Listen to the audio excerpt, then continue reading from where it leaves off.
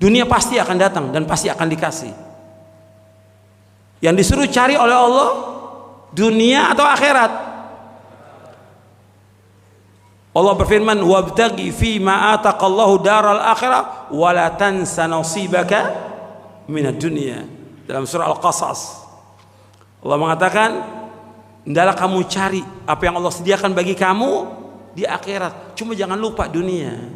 Tapi tujuan kita akhirat. Dunia tetap wajib kita cari. Orang cari nafkah, kerja, usaha, wajib. Gak boleh bergantung pada orang lain. Tapi tetap hidupnya dia, seluruh waktunya dia untuk ibadah kepada Allah, untuk mencari sorga. Tinggal dia harus pandai-pandai mengatur waktu.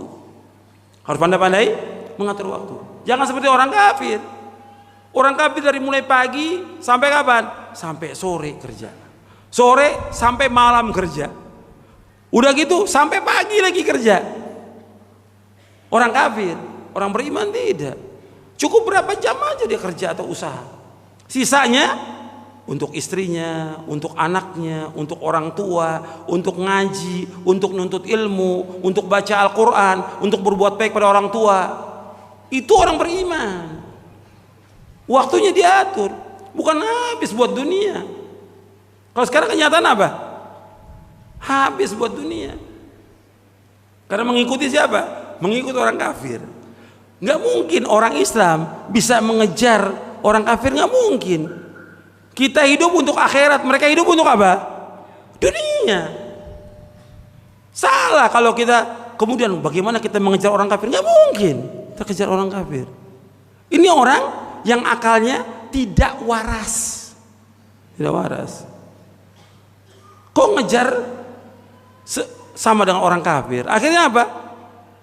Awalnya dunia, lama-lama ibadah, lama-lama tingkah laku, lama-lama agama dilepas. Udah saya jadi orang kafir aja. Na'udzubillah, nasallallahu alaihi wasallam. Ada nggak yang begitu?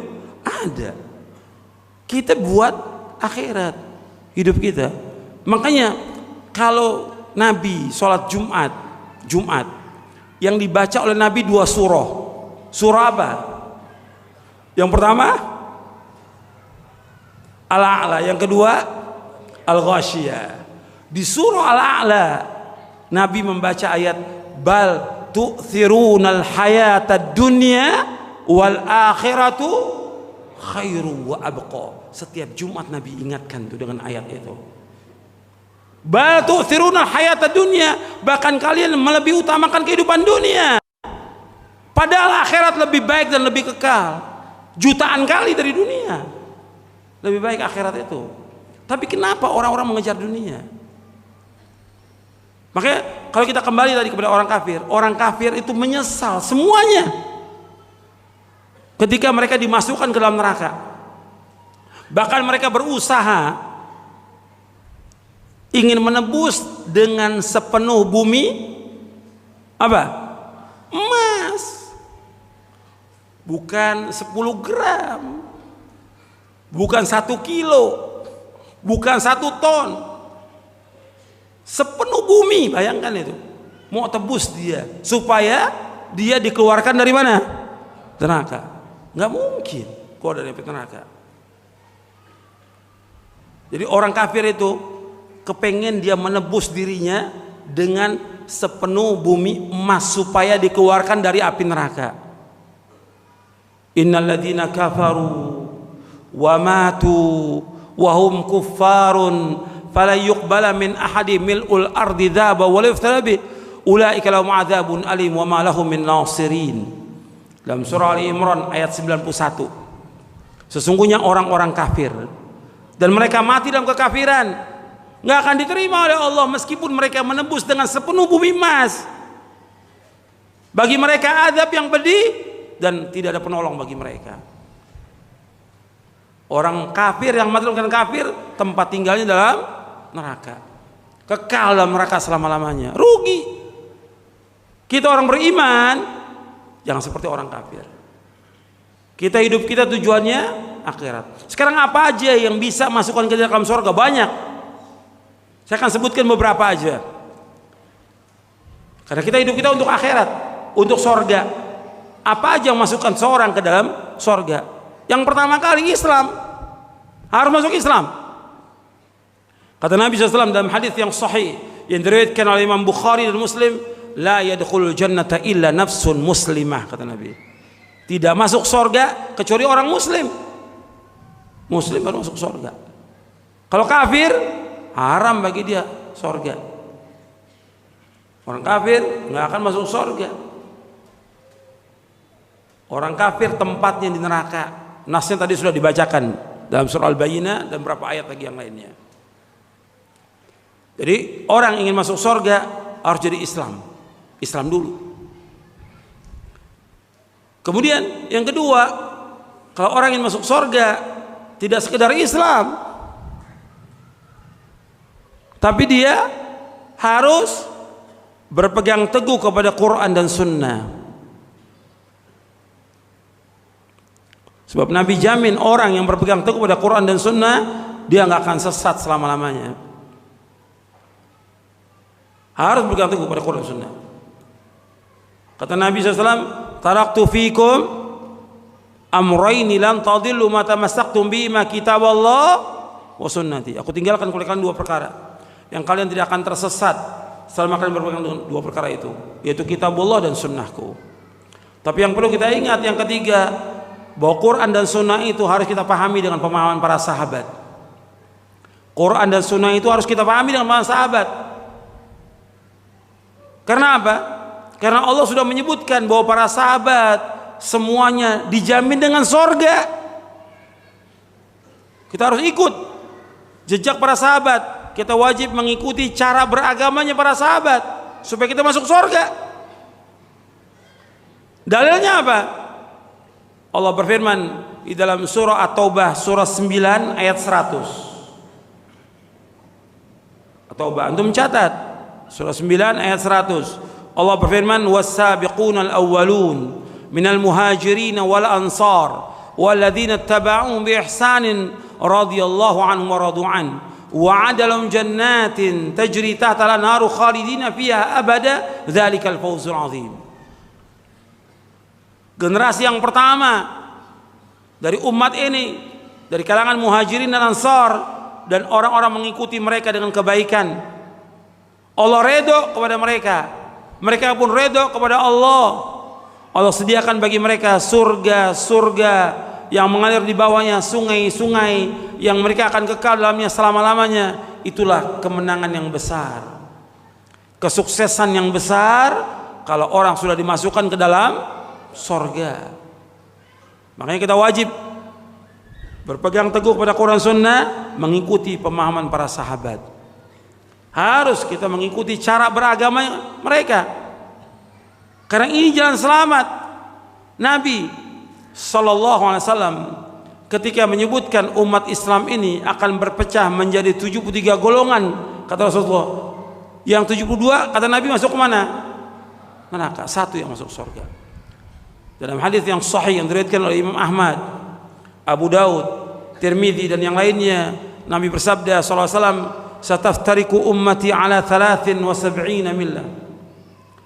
Sataftariku ummati ala 73 firqah, kulluha fin nar illa wahidah. Qalu man hum ya Rasulullah? Qala al jamaah. Kata Nabi, umatku akan berpecah menjadi 73 golongan. 72 masuk neraka, satu yang masuk surga. Siapa satu yang masuk surga? Kata Nabi, al jamaah. Ini hadis riwayat Imam Abu Dawud, Tirmidzi dan yang lainnya. Dalam riwayat Imam Tirmidzi dan Al-Hakim dijelaskan lagi satu yang masuk surga itu. Penjelasan dari kata al-jamaah, Nabi menjelaskan ma ana alaihil yauma wa ashabi, yaitu orang yang mengikuti aku dan para sahabatku. Orang yang mengikuti aku dan para sahabatku. Artinya Nabi menjamin keselamatan bagi orang-orang yang berpegang teguh kepada Quran wa sunnah menurut pemahaman para sahabat, dijamin oleh Rasulullah SAW dengan masuk surga. Berarti kita harus mengikuti jejaknya para sahabat. Gak boleh kita berpaling dari cara beragamanya mereka, karena mereka, kata Nabi SAW, khairun nasi qarni thumma alladhina yalunahum thumma alladhina yalunahum. Hadis ini disepakati oleh Imam Bukhari Muslim, tapi hadis ini mutawatir karena diriwayatkan oleh Imam Ahmad, Bukhari, Muslim, Abu Daud, Tirmidzi, Nasai, Ibnu Majah dan yang lainnya. Mutawatir hadis ini. Kata Nabi, khairun nasi qarni. Dalam riwayat yang lain, khairu ummati qarni. Dalam riwayat yang lain sebutkan khairukum qarni. Sebaik-baik kalian, sebaik-baik umatku, sebaik-baik manusia pada zamanku ini. Kalau zaman Nabi siapa? Sahabat yang bertemu dengan Nabi dan orang beriman dan wafat dan orang beriman. Kemudian tsummal ladzina yang sudahnya siapa? Tabi'in.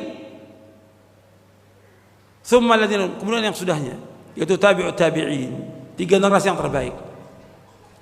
Nabi sebutkan sahabat itu yang terbaik karena baik mereka tentang apanya? Tentang akidahnya, tentang ibadahnya, tentang akhlaknya, tentang muamalahnya, tentang segala macam jihadnya. Mereka yang terbaik para sahabat.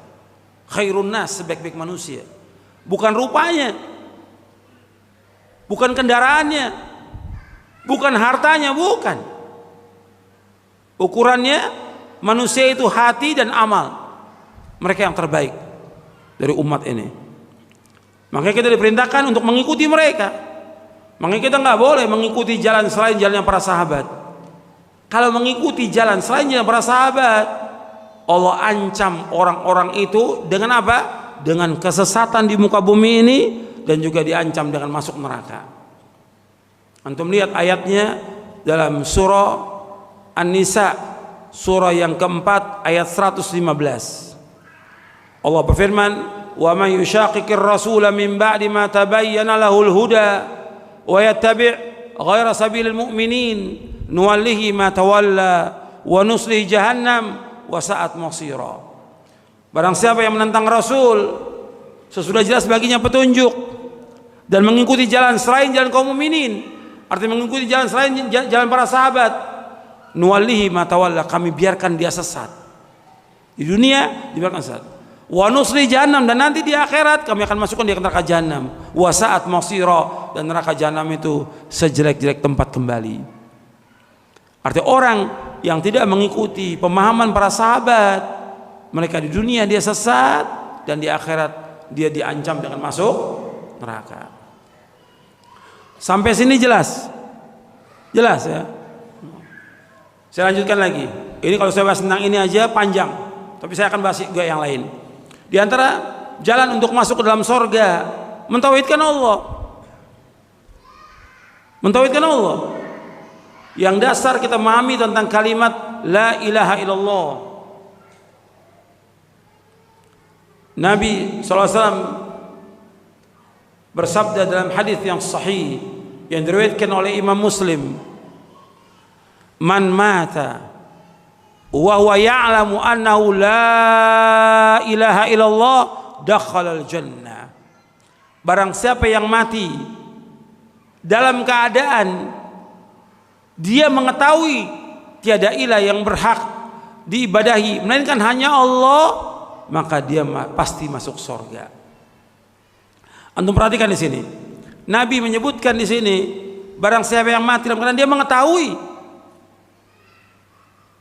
Artinya mengetahui tidak ada yang berhak diberi dengan benar kecuali Allah, maka dia masuk surga. Artinya dia mengetahui tentang la ilaha illallah, dia mengetahui tentang maknanya, dia mengetahui tentang rukunnya, dia mengetahui tentang konsekuensinya dari la ilaha illallah. Bukan sekedar mengucapkan la ilaha illallah, tapi dia harus paham. Makanya kalimatnya ya'lam wa huwa ya'lam.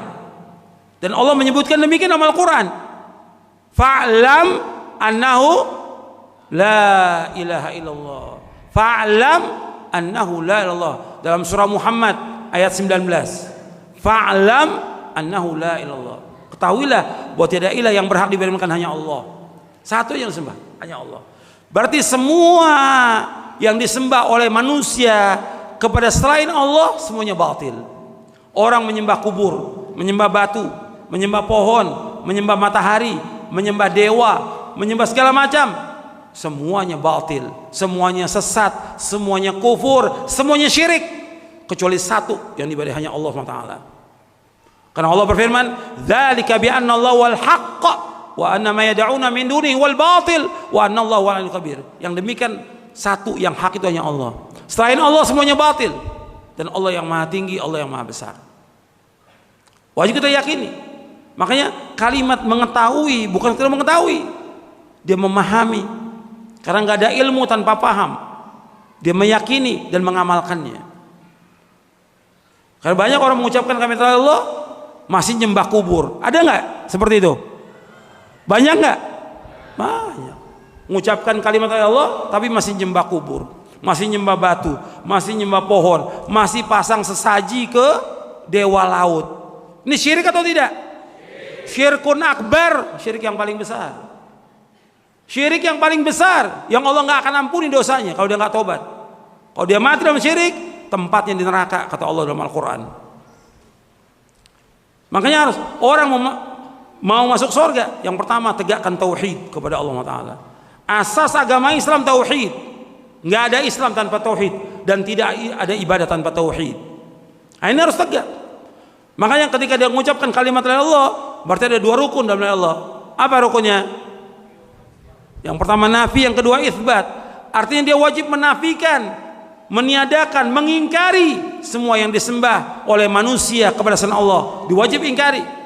Dan dia wajib menetapkan ibadah itu hanya kepada Allah saja, tidak boleh yang lain. Karena Allah yang menciptakan hanya satu, selain Allah semua makhluk.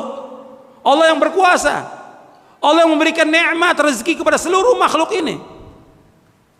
Allah yang mengatur semua alam semesta, Allah yang menghidupkan, Allah yang mematikan, Allah yang membangkitkan manusia nanti di padang mahsyar. Dan Allah juga yang masukkan manusia, apakah dia ke sorga atau dia ke neraka. Allah yang berkuasa. Makanya kita wajib mengingkari semua yang disembah oleh manusia selain Allah, dan kita wajib menafikan hanya Allah saja yang wajib diibadahi. Ini tauhid. Makanya Nabi bersabda dalam hadis yang lain yang diriwayatkan juga oleh Muslim, "Man mata la yusyriku billahi syai'an dakhala jannah." Barang siapa yang mati dalam keadaan tidak menyekutukan Allah dengan sesuatu, maka dijamin dia masuk surga. Jadi bukan sekedar mengucapkan la ilaha illallah, bukan. Tapi dia wajib memahami tentang makna ini dan dia wajib melaksanakan konsekuensi dari kalimat la ilaha illallah. Makanya para sahabat radhiyallahu anhum ajma'in memahami tentang makna ini. Ketika Nabi mendakwakan, kata Nabi kepada para sahabat, "Qulu la ilaha illallah tuflihu." Kata Nabi, ucapkan kalimat Allah, kalian akan sukses, kalian akan menang. Diucapkan oleh sahabat. Sahabat tahu kalau sudah mengucapkan kalimat ini, mengingkari semua patung-patung, mengingkari semua sesembahan dengan Allah, mengingkari kubur-kubur yang sembah, mengingkari pohon-pohon yang sembah, diingkari semuanya. Menetapkan ibadah hanya kepada Allah. Itu ikrar kita. Qul inna salati wa nusuki wa mahyaya wa mamati lillahi rabbil alamin la syarika lahu wa bidzalika umirtu wa ana awwalul muslimin. Di akhir-akhir surah Al-An'am. Sesungguhnya salatku, ibadahku, hidupku dan matiku semata-mata karena Allah Rabbul Alamin. Enggak ada sekutu bagi Allah. Demikian aku diperintah dan aku yang pertama Islam. Ini tauhid. Jadi orang kalau ingin masuk surga harus mentauhidkan Allah dan menjauhkan segala macam perbuatan syirik. Dia harus berlepas diri dari semua kesyirikan. Harus berlepas diri dari semua kesyirikan. Dia wajib berlepas diri dan mengingkari semua bentuk kesyirikan yang ada. Bukan diam. Harus kita menyatakan dan menyampaikan. Kalau nggak mampu, kita mengingkar dengan hati kita bahwa itu syirik. Orang menyembah kubur, menyembah batu, menyembah pohon, pasang sesaji, memelihara jimat-jimat, keris, pusaka yang mengatakan itu membawa keselamatan. Ini semua syirik. Tidak ada yang dapat mendatangkan manfaat kecuali Allah. Tidak ada yang menghilangkan bahaya kecuali hanya Allah. Harus yakin kita. Kata Allah, "Wa iyyamsaskallahu bidurrin fala kashifa lahu illahu." Apabila kamu kena bahaya, penyakit, petaka, musibah, bencana, nggak ada yang bisa menghilangkan kecuali hanya Allah yang bisa menghilangkan. Makhluk nggak bisa menghilangkan. Allah yang bisa menghilangkan bencana itu. Ini wajib kita yakin. Ini tauhid. Ini jalan kita menuju surga. Ini harus kita tempuh. Antum harus belajar tentang tauhid. Tamatkan kitab Ushul Tsalatsa, tamatkan kitab tauhid, Kasyfus Syubuhat, antum baca, selesai baca lagi, selesai baca lagi sampai antum paham. Belajar, cari ustadz yang paham tentang Quran dan Sunnah al-fahmis salaf, kemudian belajar tentang dia. Yang akidahnya jelas, manhajnya jelas. Belajar. Baca syarah kitab tauhid. Ada buku syarah kitab tauhid, antum baca itu. Syarah, saya punya buku judulnya Syarah Kitab Tauhid. Antum baca. Selesai, ulangi lagi, baca lagi.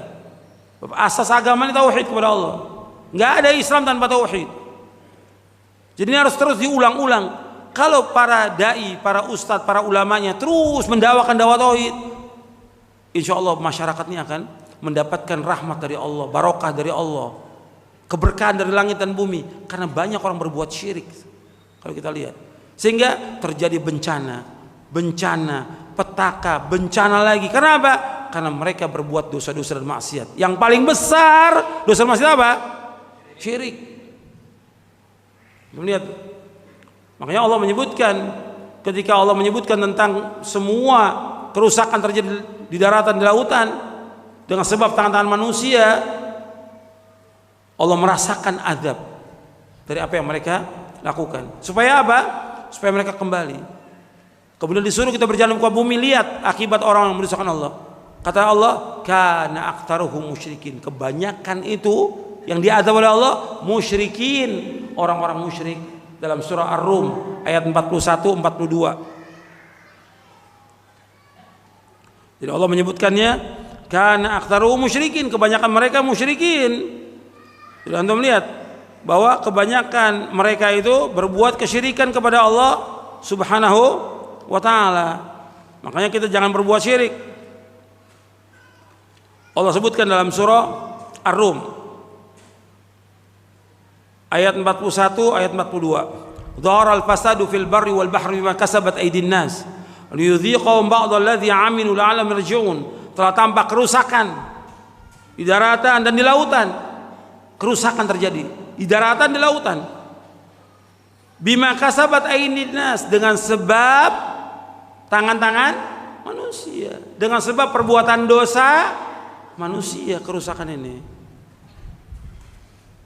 Kata Allah apa? Liyudhiqahum ba'dalladzi 'amilu, agar Allah merasakan kepada mereka azab ini, agar Allah rasakan kepada mereka ba'dalladzi 'amilu, sebagian dari apa yang mereka kerjakan. Belum semuanya. Dosa yang dilakukan oleh manusia itu apa? Sebagian dosa apa semua dosa sekarang ini? Hampir semua dosa yang dilakukan manusia sekarang ini. Syirik dilakukan, durhaka pada orang tua, judi, khomer, homo, zina, dan segala macam sudah kerusakan yang ada. Dosa-dosa dilakukan manusia. Allah mengadab sebagian dosa mereka aja, nggak semuanya. Kalau semua dosa aja Allah azab, hancur semuanya nih bangsa ini. Karena depan mata kita semua dilakukan. Antum bisa mengetahui sendiri dosa yang dilakukan. Hatta di sini di Palu ini apa dosa yang dilakukan? Syirik dilakukan, durhaka pada orang tua, khomer, judi, perbuatan bid'ah, perempuan telanjang, zina, homo, dan segala macam, narkoba. Ada nggak tuh di Palu? Ada. Bahkan di kota-kota besar juga banyak orang lakukan. Allah hanya menyiksa sebagian dari perbuatan dosa mereka. Tujuannya apa? La'allahum yarji'un, agar mereka kembali kepada Allah, bertobat kepada Allah. Kemudian di ayat 42-nya Allah katakan kul siru fil ardi. Katakanlah jalanlah muka bumi. Fanduru, lihatlah kaifa kana aqibatul ladzina min qabl, lihatlah akibat orang-orang sebelum kalian. Kana aktsaruhum musyrikin, kebanyakan mereka adalah orang-orang musyrik. Allah menyebutkan kana aktsaruhum musyrikin. Antum lihat nih Al-Qur'an. Semuanya sudah ada dalam Al-Qur'an. Tinggal antum mengimani isi Al-Qur'an ini. Kana aktsaruhum musyrikin, kebanyakan mereka berbuat syirik. Maka Allah turunkan azab. Umat-umat sebelumnya Allah azab mereka dengan sebab perbuatan syirik mereka. Jadi pelajaran buat kita semuanya. Jangan sampai kita berbuat syirik. Jangan sampai keluarga kita berbuat syirik. Jangan sampai anak cucu kita berbuat syirik. Makanya Nabi Ibrahim alaihissalam terus mendakwakan orang tuanya, terus mendakwakan juga kaumnya agar mereka mentauhidkan Allah dan menjauhkan syirik. Tapi mereka nggak mau. Setelah mereka nggak mau, Ibrahim mengambil sikap berlepas diri dari mereka semuanya. Sikap itu penting dalam kita beragama, ini penting. Banyak umat Islam nggak punya sikap. Iya tidak? Kepada kaum musyrikin, orang berbuat syirik malah ikut. Banyak gak umat Islam yang ikut dalam perayaan kesyirikan? Banyak. Punya sikap. Nggak boleh membantu, nggak boleh mengucapkan selamat. Apalagi nanti ketika Natal, nggak boleh ucapkan selamat Natal, nggak boleh. Atau membantu dengan 1 butir telur, nggak boleh. Hatta itu orang tua kita nggak boleh. Ada sikap orang beriman itu. Makanya Nabi Ibrahim punya sikap, mengatakan kepadanya, wa idh qala Ibrahimu li abi wa qaumihi innani bara'un mimma ta'budun illa alladhi fatarani fa innahu sayahdin wa ja'alaha kalimatan baqiyatan fi 'aqibi la'allahum yarji'un.